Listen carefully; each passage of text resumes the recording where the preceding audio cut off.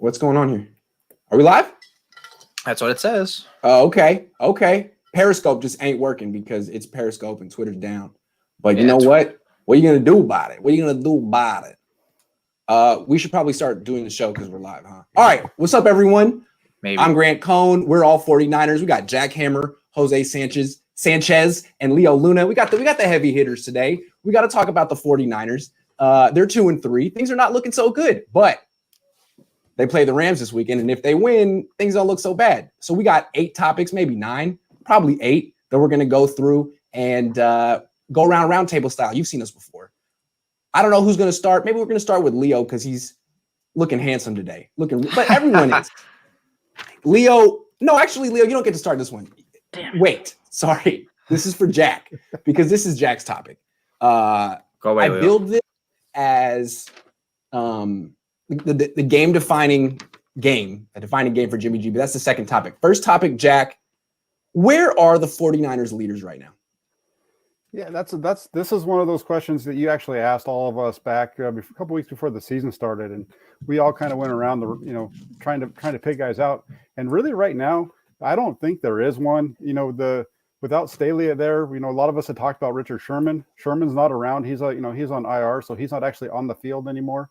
So at this point right now, I can't really say there is a leader. It really seems, if you look at the comments that you're hearing from a lot of the players, they sound like Kyle Shanahan, the things that he says in his press conferences. Kyle Shanahan just got off an interview with KMBR.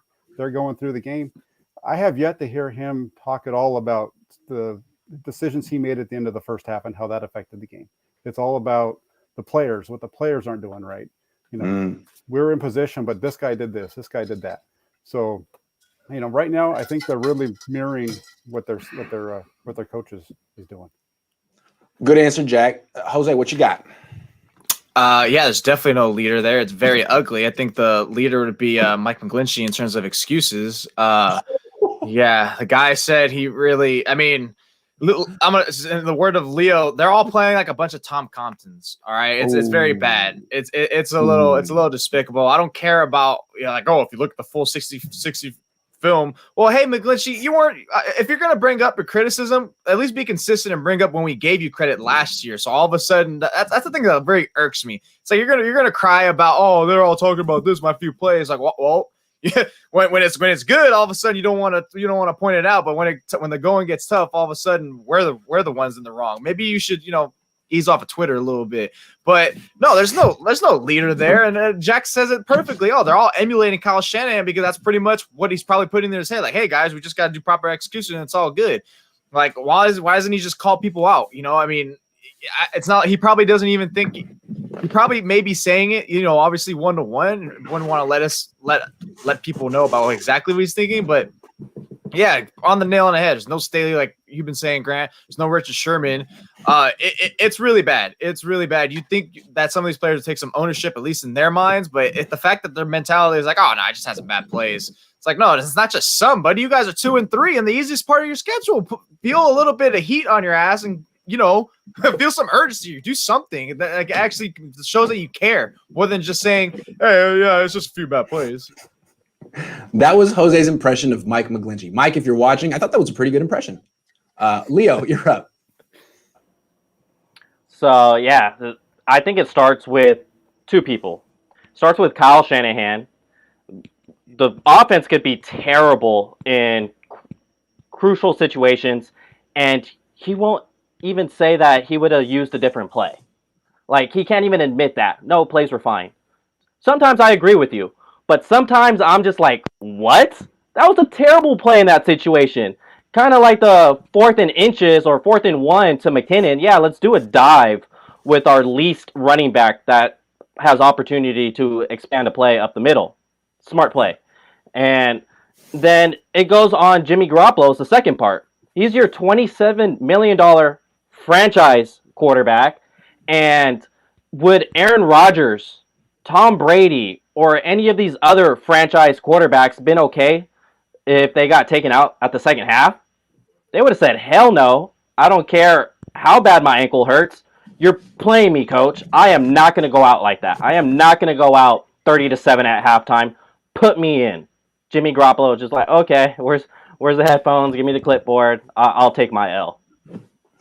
Okay, you guys have all had very good answers, very strong answers. I'm going to be the soft one here. The original question was, where are the 49ers leaders? And I'm going to say they're not on the team. And it's not the players' fault. It's the roster construction. There are no good players. There's one good player. There's only one good player in his 30s on this team. And it's Trent Williams, unless I'm forgetting someone. That's the only good player in his 30s. The only good player who's been around the block and understands what a good season looks like, what a bad season looks like, the kind of stuff that Richard Sherman and Joe Staley have. I mean, Trent Williams needs to be the leader, but apparently he ain't one. I don't know if he was one in Washington. He's been on a lot of bad teams. He just doesn't seem to be a leader. So just now, George Kittle was talking. He was doing his weekly press conference, and he was being very confessional and saying, look, losing Joe Staley really hurt. And I'll explain why. It's he didn't just hold the offensive linemen accountable. He held Jimmy accountable. He held defensive players accountable. And what George was saying is look, I want to do that. I'm trying to do that, but it's my 4th year in the league. I don't have the same type of perspective that Joe Staley had. And so what I'm doing is I'm talking to Joe every day, and Joe's doing everything he can to tutor me as a leader, which I think is just the cutest thing in the world. Niners helping Niners. Joe Staley is still totally bought into this team, even though they're not paying him and he's not on it. It's he's seeing it from the sidelines and God, if I could only help, but he's not on the team anymore. He can't lead it from his couch wherever he lives. So I think it's George is trying, but he acknowledges the best players on the team right now are 24, 25, 26. Fred Warner, George Kittle. There's only so much leading they can do. They really need Richard Sherman to come back, and I don't know if he will. You know what the answer is, Grant? What? They need to trade for the only former 49er who can hold all these guys accountable for a team that needs to fire sale. They need to trade for Frank Gore. Get him on T so he can be that leader, man. All you need to do is give him a few touches, and he's gonna get that nice little bulky 6-yard carry, and then he's gonna be that's how you lead, baby. He's gonna get all those full spaces, and that's how. Hey, we can throw him a 7th rounder, throw him a sandwich. I think pretty sure Adam Gase will take it. Throw him a sandwich. Well, they just lost Le'Veon Bell. Now they need Frank Gore's going to go for 2,000 yards this year on the Jets. Watch. You just watch. Okay, let's move on now to Jimmy G. What's at stake for him this Sunday? Is this a career defining game? Is this a defining moment for him? Leo, you start. I don't think his career's at stake just because my theory is they're going to run the hell out of the ball. So right. But his future is at the tipping point for the 49ers because you can't do that against a Dolphins team, a Cardinals team, and then, S the bed against the Rams. Again, he's out of excuses, especially after what happened to the Super Bowl. It's at the point to where he's a liability in the pocket. He seems to have jittery feet in the pocket. He's not using his legs to throw the ball at all, so that's why you see a lot of balls just completely inaccurate. There's questions when it comes to Jimmy Garoppolo's future with this team, and that contract extension that can make things lighter for the cap next year, it's in question right now. Not his NFL career, but his 49ers career is definitely going to be a toss-up if he goes out and even sniffs the performance he did against the Cardinals or especially the Dolphins, because there's so many multiple reasons you can get into. Number one, the season's on the line for the playoff race. Number two, it's a divisional game. Number three, the Rams are going to come and bring it because you're the one that put the tombstone pile driver on the Rams in week 16. And guess what? It's week 6. It's already week 6. And the Rams can do the same thing to you, and they have all the momentum in the world. You don't. You're coming off the worst game in the Kyle Shanahan era. Jimmy Garoppolo's coming off arguably his worst game of all time. So now you have such a huge turnaround. Aaron Donald's in front of you. This is going to be a defining moment. How are you going to respond? And, Leo, me and you got into it already. Garoppolo probably shouldn't have been benched in the second half because he's an in-rhythm passer. And now you're going to want him just all of a sudden just light it up out of nowhere against a good-ass defensive front like Aaron Donald and all those people. Oh, my.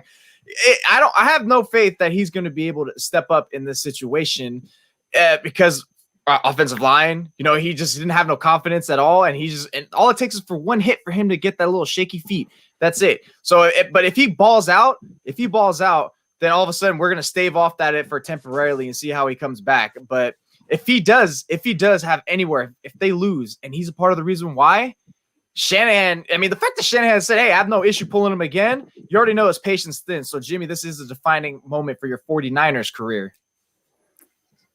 Yeah, I think it's a defining moment for Garoppolo. Definitely, he's got to come out and have a good game this week if he's going to be expected to be the leader. Last year when they first played the Rams down in LA, I thought he played really well. He was getting hit, knocked around. It was a really rough first half, and he was able to make some throws. It's going to be interesting this week, really, to see how they perform. That that offensive line is so bad. It really throws a monkey wrench into their whole game. It really does. They've hit the quarterback 50 times already through 5 games this year, and it goes far deeper than the quarterback, even though that's still going to be the scapegoat. Wait, Jack, but have you been watching all 60 minutes of Michael Glinchey's games? He's actually been playing better than what you're giving him credit for. Well, that's the problem. I have watched it, and that's okay. Here's what I got to say about Jimmy G. If he has another stinker, it's very concerning, and it's starting to look like he's on the way out in San Francisco. If he plays well, if he beats the Rams and plays well on national television, he's kind of like absolved of his sins of the last, I mean, he can really erase all of that narrative with just one good game. But I want to put things in perspective with Garoppolo. Like, are we really expecting him to have a really good game? And I'll ask it this way. When was the last time he had a good game? To me, he week played 17. Great. Yes. He played great week 16 and week 17. I mean, week 16, he made 2 huge big-time throws under pressure to beat the Rams in the fourth quarter, like 3rd and a million, twice. That was amazing. And then the next week, drive. And then the next week he went to Seattle and won in Seattle, which is never easy. I mean, those were 2 games that he should be building confidence from. Then he goes in the playoffs and has a shaky game against the Vikings. And then the next game, I would say that Kyle Shanahan humiliated him by calling only 8 passes. Had he called 16, nothing humiliating about that. That's a Ryan Tannehill game. But 8, that was tough. And so he had to spend the entire week before the Super Bowl answering the question, do you think Kyle Shanahan trusts you? And the questions about Tom Brady. And that stunk. And then he crumbled in the Super Bowl. He crumbled week 1. He got hurt week 2. He crumbled week 5. So I'd like to see him have one good game. And I think a lot of it is mental and not about his knee or his ankle, but it's about the NFC Championship game. That was a huge game. And he was really, what's the word? Shanahan humiliated him. I don't think you get over that. 8 passes. So that's the way I see it. I'd like to see him get some confidence, play the way he played the last time he played the Rams. If he plays like that, then the Niners have a quarterback. Next question. Yeah, I like. Oh, sorry. Go ahead. I like Garoppolo. I like Garoppolo, and I'd like to see him start playing like that 2017 Garoppolo all over again. But if not, if they don't make the playoffs or if they don't finish above 500, it's in jeopardy because you look at any other teams. If they have an offensive personnel like the 49ers currently have, I'm not going to get into the offensive line, but his weapons as far as receiving and rushing, what top 15 quarterback does not make the playoffs and at least drive their team to 30 points a game? They're struggling just to get to 24 right now. Yeah. All right. Is there any scenario in which the 49ers trade Jimmy Garoppolo by the deadline? Like, let's say they get blown out this weekend at home again and go on a losing streak and the season just gets bleak.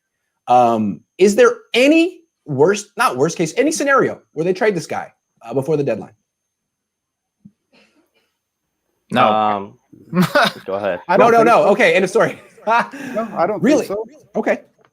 Just because I don't think they're going to get enough for him to do that. I don't see a team with the way that he's playing. Where's he going to go that's going to give him more than maybe a 3rd round pick for Garoppolo? Really, when you think about it, where's he going to go? Oh, okay. Hold on. Since you guys all say no, let me stick with this for a second. What if he goes to New England? You don't think New England would want him? I was going to bring that up. I mean, would New England not offer a 3rd for him? And would the Niners not take that if they've decided they want to move on and they have someone else that they could get at the deadline? Because some guys might be. if they lost every game before going up to the deadline, then I would definitely entertain that. But why would if they lost 3 games in a row? I don't think New England would offer third. Knowing Belichick, he'd be like, "Hey, remember how we got a second for you? Here's a 6. Take it for you. It's 6th or 5th or something like that." Just because, like, if they lost 3 games in a row, that definitely means Garoppolo was a reason why they lost that game. They wasn't able just to keep him alive, and if he's not, it's because he's benched or for whatever reason. But yeah, that'd probably be the only reason why it'd probably be more than 5. Like probably what you were gonna hop on Grant, just because Belichick just knows him and he liked him and he really wanted to keep him instead of Brady.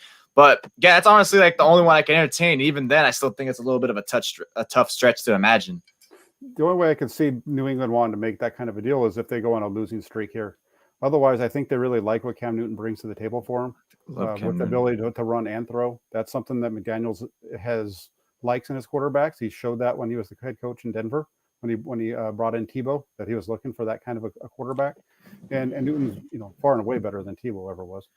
And then Newton's going to keep the ball more because he runs it and he'll drain the clock and keep the time of possession longer, so keeping the defense a little bit more fresh, which I'm sure Belichick will appreciate more. But I'd say if they cut ties with him, versus a trade, but at that point we're just spitballing.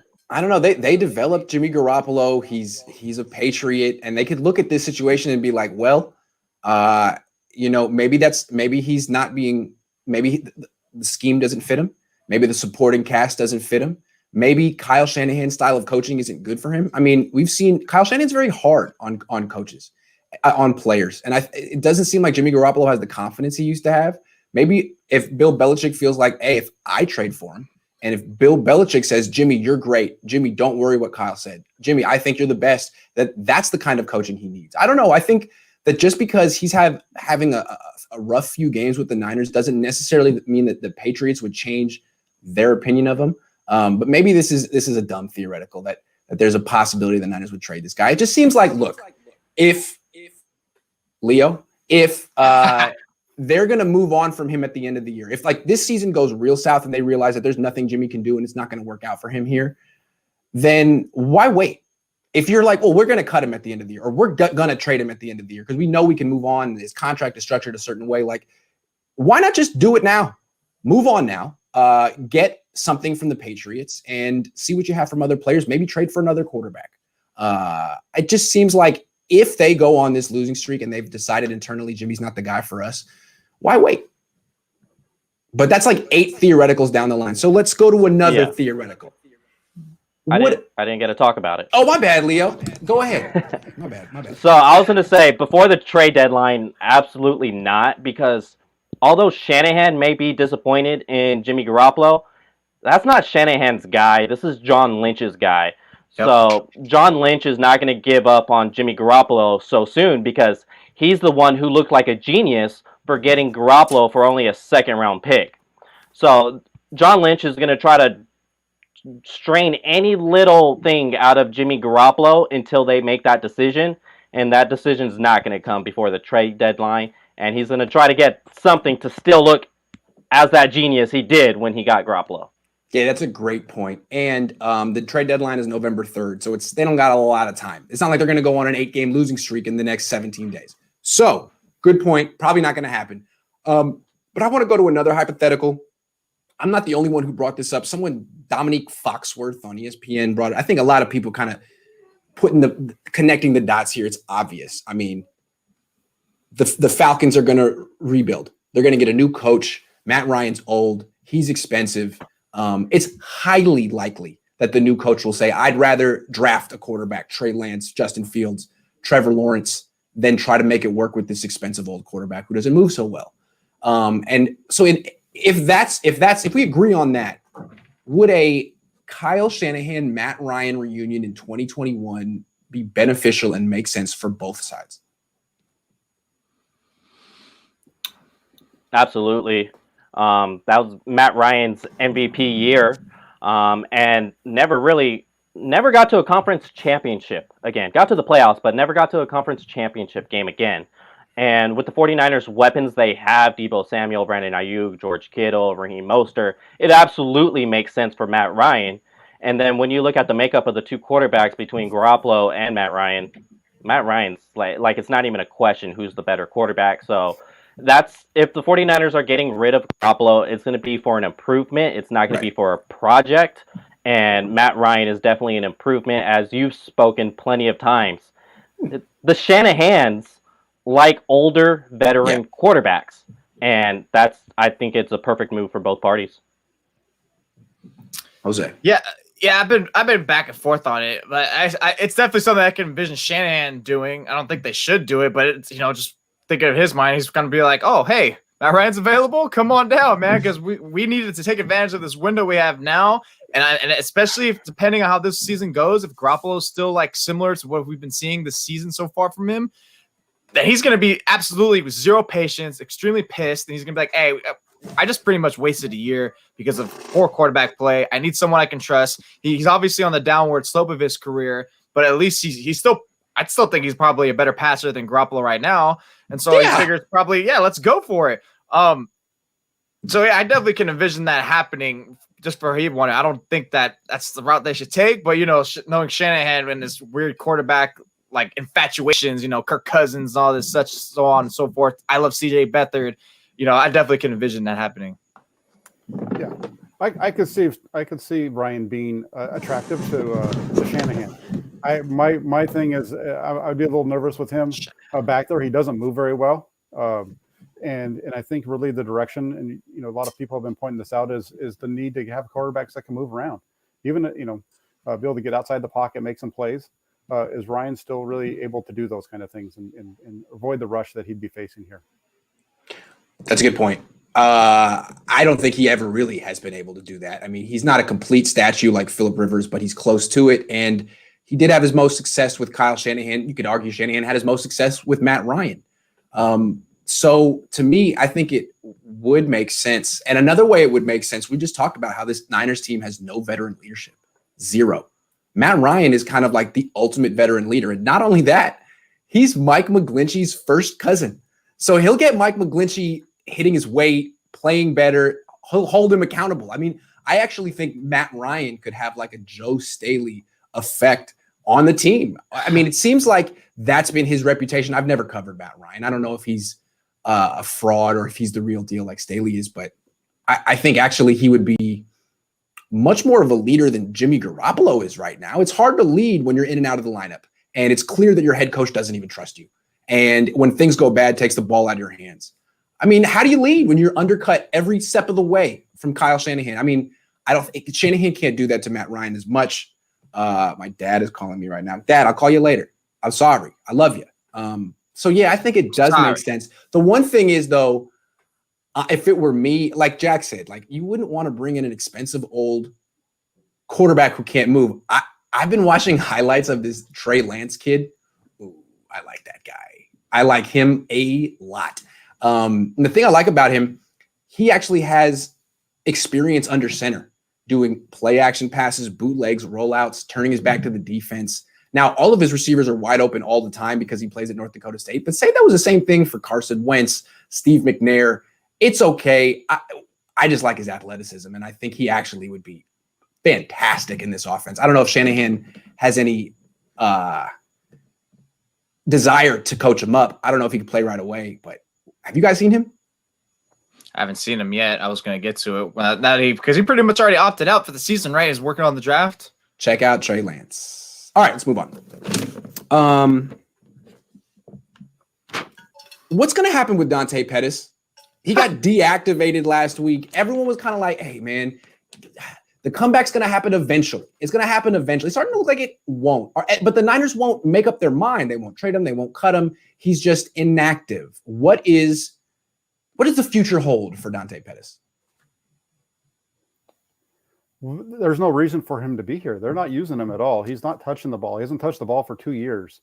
He just kind of sitting there taking up a space, other than a punt return. I think he caught maybe, that's about all you see, going out there and swimming with Mostert after his touchdown, the season opener. But other than that, there's nowhere for him on this roster. And it doesn't really make a whole lot of sense that they just kind of keep him around.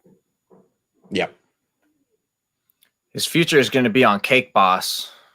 He's going to be on there somewhere, and it's going to be representative of how soft he is, because it's just, it's like, I just can't believe the guy who we were seeing in training camp just is like, He just, I'm not sure exactly what he got pissed off about this season, at least Kyle Shanahan. Maybe it's because he didn't dive for the ball, didn't try to throw on his heart, even though that was a bad throw.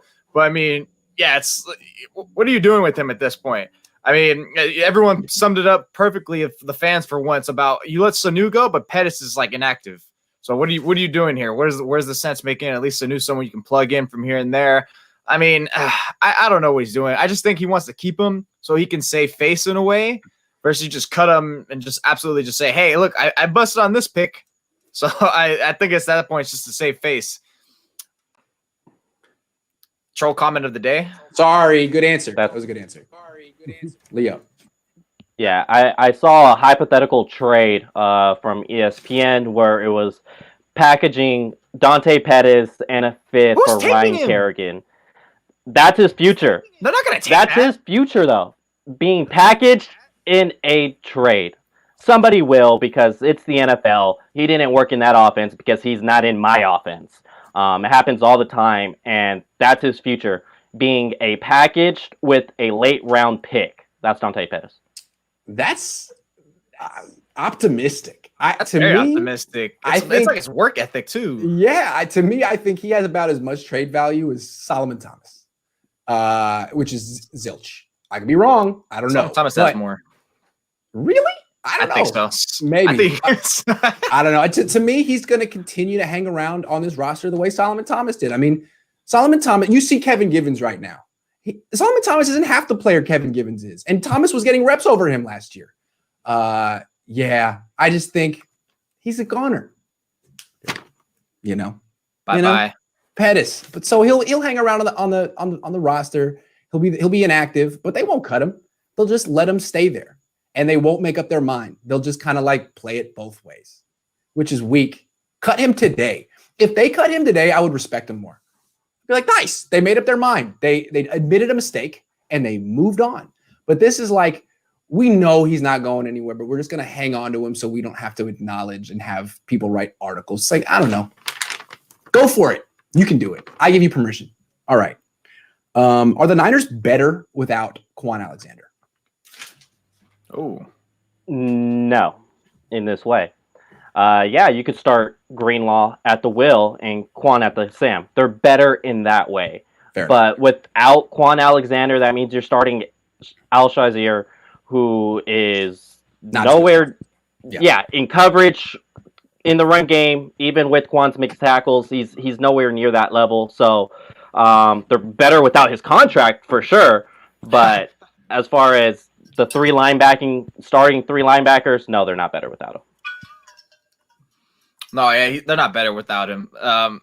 It's just mainly. I'll tell to another point. Not only because you keep Shahir off the field, but because now if Robert Saleh wants that flexibility of going more skewed towards base defense more often than he likes, then you're not going to be like, hey, Al Shahir, you want to cover? Because at least Quan isn't the coverage linebacker that he was prior to his torn pec, but at least he's like somewhat capable out there. So if you want to just stay in the base, and if an offense wants to threaten pass, at least you have three capable pass defending linebackers out there and who can also support in the run. So no, I don't think they're better by any chance. And like Leo said, like, hey, if he's up, Greenlaw's obviously upgraded Alexander, and hopefully eventually realize that with this injury, with the second injury in the second year, shocker, Quan Alexander with another injury. But yeah, no way they're better. They're not better without Alexander being in the starting lineup. They're better if they replace Alexander in the nickel with Greenlaw, though. Yes, he's and that's a defense that they play a lot because of the way the NFL is nowadays. He's a much better overall linebacker than Quan is at this point, and so he should definitely be in that second linebacker role. Yeah, that's what I'm going to say. I'm going to say they are better without Quan because obviously they're not. I mean, you need depth, and they've just lost depth, and they're thin already. But they're better without Quan because it forces them not to play him in the nickel defense, and it forces them to play Dre Greenlaw in the nickel defense. And nickel is what you play most of the time. So the end result is that they will be a better defense without him, even though they should have been able to make this adjustment while he was on the team. So yeah, I really think that it was interesting. Saleh gave a whole Robert Saleh gave a whole description of the difference between Dre Greenlaw and Quan Alexander today. And he loves Quan Alexander. He says, Quan, he's so instinctual that he knows when to cheat and when to not follow the rules of the defense. And he's been getting better at when to do that. And Dre Greenlaw is more by the book. You know what? Give me by the book. I don't like Quan Alexander's instincts or his feelings. I feel like he gets it wrong most of the time. Just give me Dre Greenlaw, who's a really good athlete who does his job correctly. Give me Dre. And plus, Dre makes more plays. So, I mean, I don't think the Quan, hey, like Quan cheats and it's like he just knows. But it's like, all right, it's great, but Dre plays it by the book and he just knows his instincts by the book gets him the plays he makes. So that's why he got his nickname. Yeah.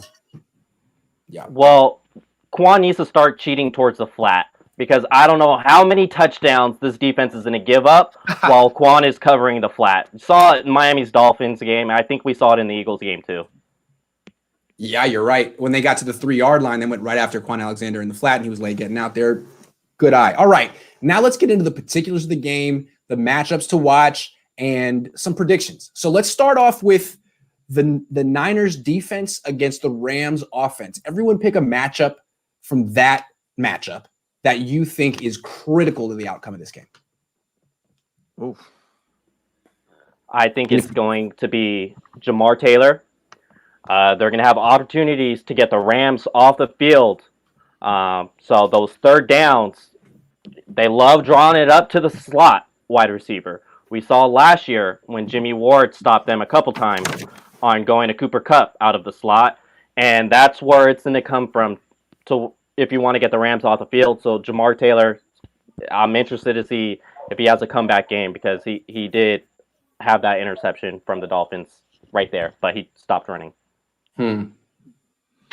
That's a good one. I was actually going to consider that too, but now you stole it. I mean, I'm trying to avoid the key match of Aaron Donald because I don't think I have no way of inclination, any indication, anything that I think they're going to slow him down. I think he's going to feast. And this guy had 4 sacks last week. So no, I think the key matchup here is going to have to be at least the safeties, at least the safeties in terms of coming up against the run and coming up for those slot receivers, like giving support to Jamar Taylor. I know it's more than just like giving adjustments to help, but those receivers, Cooper Kupp and Robert Woods, man, that's one of the best wide receiver duos. I was going to give him the best wide receiver duos, but that's one of the best out there just because they're so interchangeable. And at least so Tart and Ward, they both like to come up and play the box. They need to be on their A game because these guys can dust them and making sure you're not taking the wrong angles once they get those yak. So they really need to be on their toes because, I think Taylor's going to get beat at times. I think McVay is going to scheme him up to find him open. So I think those are going to be the last line of defense. We're going to see a lot of those chunk plays, I think, the Rams. So those safety plays is going to be very key and crucial presenting big plays. Yeah, it's going to be really interesting to see how the Rams attack the 49ers. They did 2 different things against them last year. In the first game was a lot of drop back and those kind of things. They weren't very successful with it, and they came back in that second game at Levi's, and it was play action left, play action right, and really gave the 49ers fit until the second half, and they adjusted. It's Robert Saleh does adjust everybody. He did it in that game, and that's why he did able to come back. It's a great adjustment. And not only that, but you had I think it was Greenlaw, or no, excuse me, it was 54 get the pick 6 right before halftime. That's really what fed into that comeback. I'm not going to say I can pick any one position group, but just really interesting to see how the Rams are going to attack this defense. So no, that's a good one. McVay against Robert Saleh. It was a terrific matchup week 16 last year. McVay's game plan was brilliant, and Robert Saleh's adjustments were effective and timely. I'm going to go with, I have a couple. First of all, you said Jamar Taylor against Cooper Kupp. That's a really good one. It shouldn't be Jamar Taylor versus Cooper Kupp. That's look, no offense to your friend. Or you're not. I thought Jamar Taylor was arguably as bad as Brian Allen in that game. It's just Brian Allen's plays were a little bit more obvious. But Jamar Taylor is struggling. And if he has to go against Cooper Kupp man-to-man, that's just not a matchup he can win consistently. So I think what the Niners need to do is be prepared for Jamar Taylor to have some serious problems early in the game and have a backup plan. I wouldn't even start him. To me, all the Rams receivers are slot guys, just like the Niners. And against them, you need to have your best corners in the slot. So either Verrett or Mosley needs to go in the slot, and you need to bring in Witherspoon and play him outside. I would go those three. If they have Jamar Taylor as one of their three, then the Niners, I don't know if they're going to win this game. So I think they need to have Mosley in the slot. Last year when they would play against the Rams, they would have Jimmy Ward drop down in the slot. They got to do something because, again, Jamar Taylor, like he's been on the team for a week and a half. It's a lot to ask. And then another one. How about Javon Kinlaw versus Austin Corbett? Okay, Kinlaw's we've praised him a lot and we've given him some props, but the dude still hasn't got a sack. And I think he has one quarterback hit or zero. So this would be a great week for him to get off the schneid and to get his first career sack. He's going against a guy, Austin Corbett, who's just a guy. He's nothing special. Former second-round pick, but he's not that good. Javon Kinlaw should be physically superior to him. Kinlaw, step up. They could really use it. You're not like, it's not like you're behind schedule, but they sure could use it because the only way they're getting any pressure right now is from blitzes, from Fred Warner and Jamar Taylor. So Kinlaw, it'd be nice to see that from him. And Goff doesn't move. And Goff doesn't move. So Javon, you can have a big game today. You're going against, a mediocre guard and a quarterback who doesn't move. Let's go to the other side of the ball. The Niners offense against the Rams defense, which is a hell of a defense. I don't know how much you guys have watched of it. There's a new defensive coordinator who is a Vic Fangio disciple, and the structure of the defense looks exactly like those Harbaugh defenses from 8-9 years ago. So pick a matchup from that side of the ball. It can be players, it can be coaches. You guys pick. Jack. Good, buddy. I'll go. I really, the 49ers really need to be able to run the ball. So I want to see Raheem Mostert attack this Rams defense. I want to see what they can do, get him downhill, get him out, get him downhill, get him some. He does seem to be running really well on those toss sweeps as well. Try to make these Rams guys run sideline to sideline. Try to wear them out. Try to do that early and often throughout the first half of the game. So in the second half, if it's still close, you have a chance.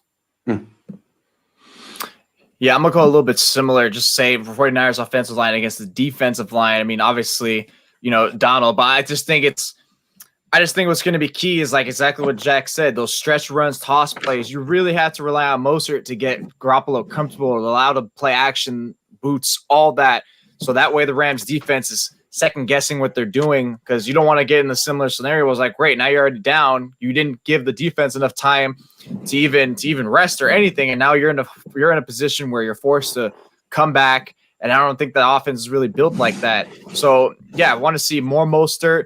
Hopefully we maybe even see some JaMycal Hasty. Why not throw him out there? Because he might seem good. Because I think Jeff Wilson was working out there. That's the best combo in my opinion. See Mostert and Hasty out there because of the vision and at least the way how they. Just seeing how their lateral quickness. So 49ers offensive line, you're not going to get much between the tackles. I just think going horizontal is the way they go. All right. So Kyle Shanahan versus Kyle I like Shanahan. that. It versus himself. Like he's got to run the ball. If they have any shot to win, it's got to be 35 times this game. He said that the lack of the running the ball was because of the scores, the game flow. Well, the Eagles game was a one-score game throughout all four quarters, and you ran the ball 20 times. Preach. Yeah, you ran the ball 20 times. It's a one-score game. Like, what excuse are you using against that game? And then they're rushing the ball at a higher rate this year at 5 yards an average compared to 4.6 last year, which got them second best in the NFL. And last year, so back-to-back games, 20 attempts, 19 attempts. The only time Shanahan ran the ball for 20 attempts last year was once in 16 games. He just did it back-to-back. Yeah. 20 he did it 20 times. Okay. Or a game only once. Okay. And so everything else has been more than 20 last season. 15 other games. He went back-to-back weeks with 20 and 19. Bad. I love that answer. Shanahan against himself. That's the answer of the day so far. I wish I had thought of it. Look, yes, the game is going to come down to the Niners run game. They are efficient on the ground. And I'm telling you, this Rams defense is really good. The only weakness they seem to have is the run defense technically. And they actually, I think, held Washington to like 30 rushing yards last week. I think they gave up 108 total yards. It's a really good defense. So what you got to know about it, this new defensive coordinator is using Ramsey differently. He's in the slot a lot. He used to be an outside corner. Now he's in the middle of the action. And I think he's going to be covering Kittle all game, which is good news for the Niners run game because Kittle can block him. But it's bad news for the Niners passing game. Ramsey I think he's given up 11 catches on 23 targets this year. He's great. And as good as Kittle is, he's not the greatest route runner. So that means if they're going to have any success in the air, and it's important that they throw the ball a little or else they're not going to be on the run the ball enough. They need the two young wide receivers, Ayuk and Debo, to have success against Troy Hill and Darius Williams. Those guys are pretty good. It's a really good defense. It's a good pass rush. But if those two young wide receivers step up, then the Niners should win this game. So I'm curious to see what the young wide receivers can do because so far they haven't played that well. And what just now, about an hour ago, I asked George Kittle, why are you confident this team can turn it around and make the playoffs? He eventually got to, we're relying heavily on two young starting wide receivers, and they should just get better as the season goes on. So they could use a jump this week from those two. And I'm curious to see it because they're not going against Xavier Howard and Byron Jones. They're going against Troy Hill and Darius Williams, who are playing well, but they're Troy Hill and Darius Williams. So let's see it, guys. Yeah. It'll happen once Jimmy Garoppolo sees the throwing windows. Yeah. Because the way they're covering Kittle, he has a zone wide open if Jimmy holds the ball for literally a half a second more. But what he's doing, this is what Steve Young alluded to on KNBR. He looks at George Kittle. He goes, he's covered, looks off George Kittle. Instead, if he just stayed on Kittle, waits that half second, and he finds that throwing window, or by looking around so much and jumping from receiver to receiver, you often find yourself throwing the ball late. And that's what happened with the Dolphins, and that Xavier Howard took advantage.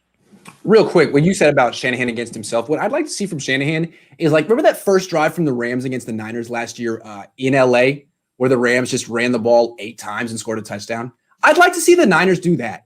How about an entire opening drive with just runs, like the entire array, end arounds, reverses, jet sweeps, shock and awe on the ground, establish your running game. Why not? They can do it. Get Ayuk a touch on the first drive. Get Debo and Samuel a touch on the first drive. And let Ayuk return punts. My goodness, Cooper Kupp returns punts for the Rams. I mean, what is Kyle Shanahan afraid of? What's going to happen on this punt return that's so dangerous?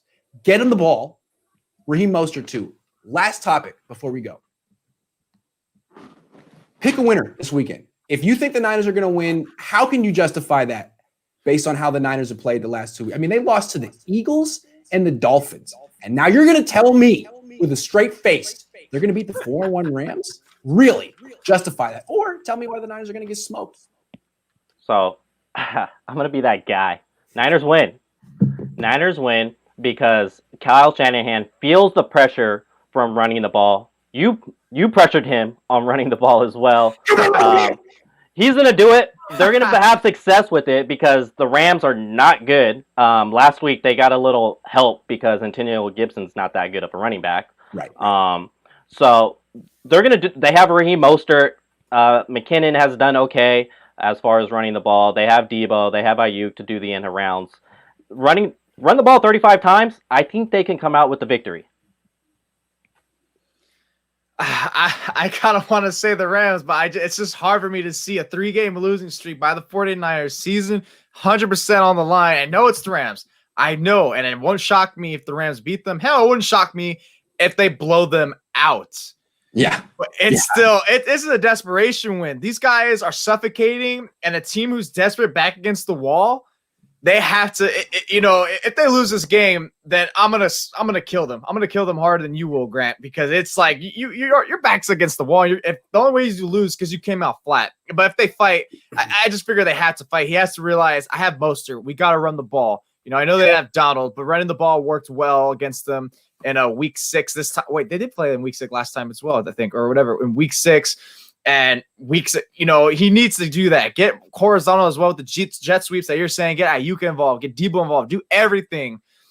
Just don't make it a heavy passing situation because for some reason Kyle Shanahan loves to pass the ball. He did it against the Cardinals. He did it like Leo said right now. The Eagles. You had Nick Mullins and you're over here throwing it like a million times. Like, what are you doing? So guys to start the game. I'll never forget that. I will never forget that. Jack was right though. He still should have made that pass. He still should have made that pass. Absolutely, for sure. but no, yeah, it's hard. It's gonna be a close one. I could see it being like a 27-24 type of battle. Dude, the Rams defense is not giving up 27 or 24 points. I'm telling you. They gave it up to Buffalo, but this defense hasn't given up more than 20 in any other game this season. So you're wrong. Jack, you're up. No, I'm just kidding. I'm sorry. It's the divisional game, man. It always turns into a close You're one. right. And they're familiar. All right. The only part of me that sees the 49ers being able to win this game is when you look at who the Rams have beaten. The Rams have played the NFC East. That's their wins. Those are their 4 wins, and then they lost to Buffalo. So that's the one thing you can kind of hang your hat on and give you a little bit of glimmer of hope. The other side of that, though, is Sean McVay really doesn't seem to like the 49ers, especially when they play at Levi's. He's faced them 3 times so far, the Rams. The 49ers have not been able to hold him under 30 points in any of the first 3 games since McVay took over in 2017. The Rams have averaged 37 points a game. So it's going to be a really tough one to see this defense be able to hold the Rams under 20 points, which I think is what it would take to do. But hey, the Giants did it. That's what I want to say. Let me make the case for why the Niners can do this. The Rams struggled against the Giants. They didn't struggle against the Eagles, so that's a whole different thing. But they did struggle against the Giants. So there's that. They have a vulnerable run defense. The Niners, a big reason they lost last week is because they played Brian Allen. They're not going to do that this week. If Emmanuel Mosley comes back and they have a plan in the slot that doesn't include Jamar Taylor, sorry, Jamar, their defense still should be good. I mean, I think when they have not Jamar Taylor and Brian Allen on the field, sorry, guys, they're a top 10 defense in the league. And I'm not that impressed with the Rams offense. I mean, they've put up good numbers so far, but none of their running backs, I think, are super dynamic. Their offensive line is subpar. Their quarterback throws a nice ball, but doesn't move well and isn't particularly tough. Their wide receivers are dynamic, but not super fast. It's not a fast offense. I think it's going to be a low-scoring game. And if the Niners commit to the run, control the clock, they should be the better running team in this game. Their run game should be more efficient. They should run for more yards than the Rams. And if they can get anything out of their passing game and Emmanuel Mosley plays like Emmanuel Mosley and Jason Verrett can stick through the whole game, then I think the Niners can win this one like 20-17 or 20-19, something like that. But I'm going to pick them to win in a blowout, 40-9, because every time I pick them to win in a blowout, they lose. And I'm going to keep doing that until someone on the 49ers pays me $2 million. I'm holding the team up for ransom. You want to stop losing? Someone pay me off. I'll quit. I'll go move to Hawaii or Fiji and live a nice life. But I'm going to do it. I'm going to pick the Niners to win by 35. And I'm giving you guys fair warning. It's Thursday. Okay? It's Thursday. What this Niners team needs is me to pick them to lose. They've been waiting for that. And I haven't done it all season because last year I picked them to go 6-10, and they were because clearly it's all about me. The universe revolves around me, and everything I do has an impact on the 49ers. So, guys, pay me $2 million by Saturday, and we'll be fine. Until then, I'm holding you guys for ransom. I think that's the professional thing to do. I think everyone in my position would do the same. Guys, I'm doing the same. Watching. What? I'm doing the same because, Grant, every game I went to at Levi Stadium last season, the 49ers won. The games I didn't go to was Atlanta and Seattle, but every game I went to, they won. They're really not going to go 0-4 at home, are they? Are they going to go 0-4 at home? That's another reason why it's like tough. I mean, you couldn't beat a Eagles team that went cross country. What's a Rams team that's like essentially like a bus ride up? What are they gonna? They're not gonna feel no repercussions. I mean, it's not like Levi was that much of a home field advantage, anyways. Niners by 35 is gonna happen, guys. Thank you so much for watching. This was a great one. We'll be back. I do this every day. We'll be back tomorrow, and this crew will be back next Thursday. This is the Thursday crew. So see you guys in a week.